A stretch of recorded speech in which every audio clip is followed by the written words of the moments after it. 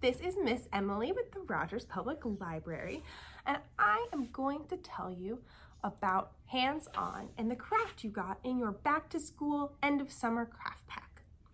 In your pack, you will have 2 colorful pipe cleaners and some Fruit Loops.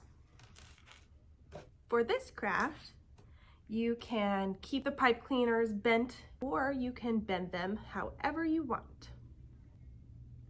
Then we will put the Fruit Loops on the pipe cleaner. This is a great activity to practice fine motor skills, and you get a little snack at the end.